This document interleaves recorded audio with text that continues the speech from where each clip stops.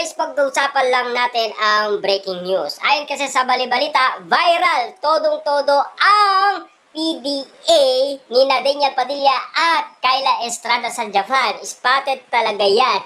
Grabe nga naman kasi ang public display of affection ni Daniel Padilla sa publiko. Grabe nga naman kasi ang mga pinapakita nila. Grabe, akala kasi nila hindi kababaliwan yan ng mga OFW. At lalong-lalo na siyempre, sa daming kumakalat nga naman kasi sa social media, alam nila ang bali-balitang magjowa ang kilos nila at galawan. Kaya nga naman kasi nasaksihan ng mga OFW ang kilig. Grabe nga naman kasi ang pasabog na ginawa ni Daniel Padilla at Kyla Estrada sa mga OFW, kung bakit nga naman kasi kinabaliwan ng mga OFW, kung bakit nga naman kasi kilig na kilig.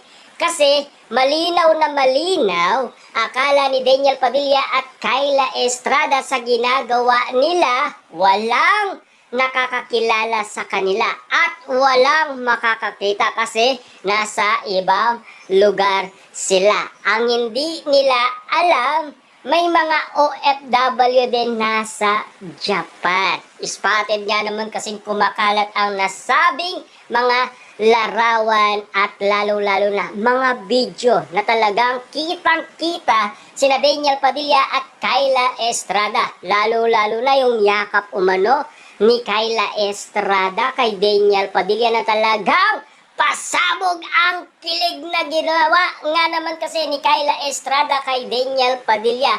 Kapansin-pansin nga naman kasi pinag-uusapan hanggang ngayon. Hanggang ngayon kasi kinababaluan pa rin ng mga OFW ang ginagawa umano ni Daniel Padilla at Kyla Estrada. Hanggang ngayon kasi pinag-uusapan pa rin, lalong-lalo na kasi kung public display of affection ang ginagawa nila.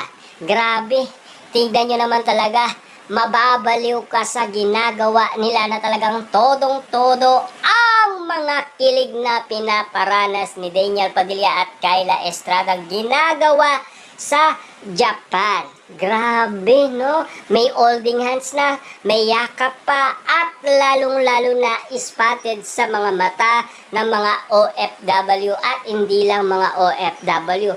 Lalong-lalo na ang mga Dilulu fans kung bakit nga naman kasi kinabaliwan ang kilig moment ng dalawa dahil nasa Japan nga naman kasi ang kanilang idolong sina Daniel Padilla at Kyla Estrada.